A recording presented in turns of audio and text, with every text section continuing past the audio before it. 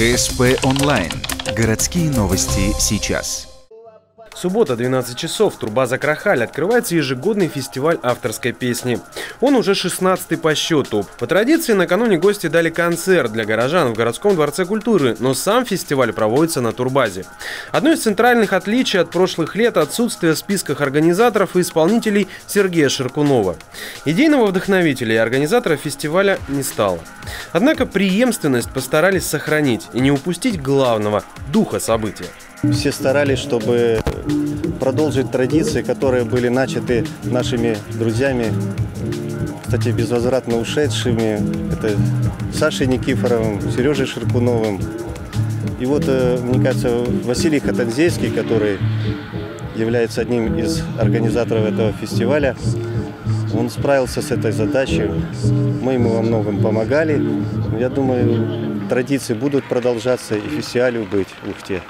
Большинство участников – это старые друзья и постоянные гости Ухтинского фестиваля. География регионов, откуда они прибыли, также знакома. Это Москва, Питер, Воркута, Котлас и так далее.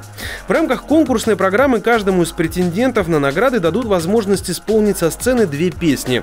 Но в рамках концертов их может быть и больше, как пожелают зрители. Есть и другие новинки.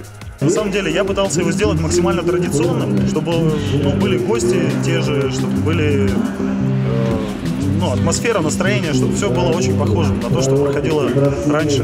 Инновации есть, конечно, некоторые. У нас отдельно вынесен, вообще создан поэтический конкурс. И в этой номинации точно так же сейчас принимаются заявки. Поэтический конкурс также будет оцениваться, и здесь будут свои лауреаты и победители.